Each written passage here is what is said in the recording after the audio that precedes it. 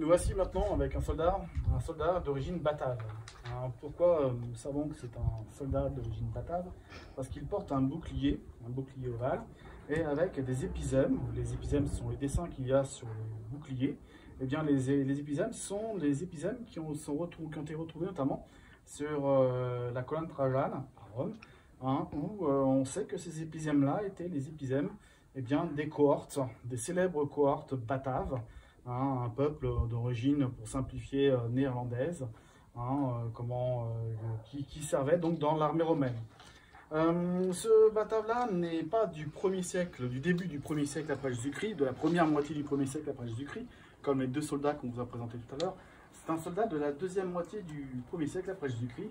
C'est un soldat notamment qui a servi en Angleterre, lors de la campagne d'Angleterre, et qui servira notamment à garder le futur mur d'Adrien, en Angleterre, entre l'Angleterre et l'Écosse.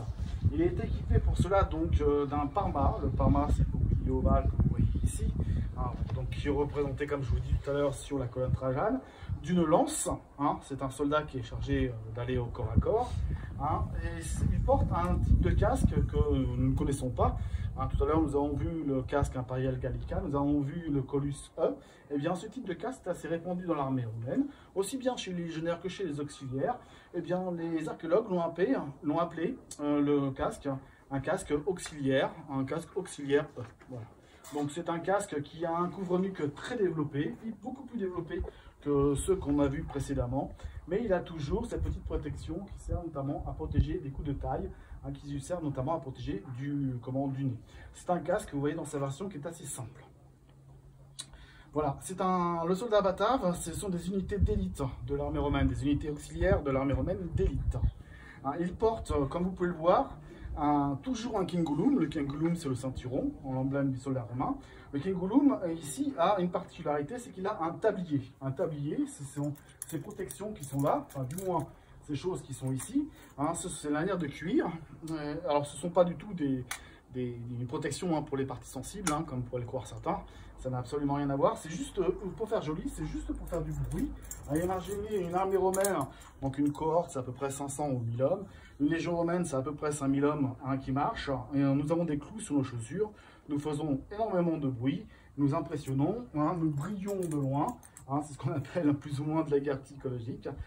Notamment si nous pouvons effrayer l'ennemi, si nous pouvons éviter la bataille, nous nous en entendons pas mieux.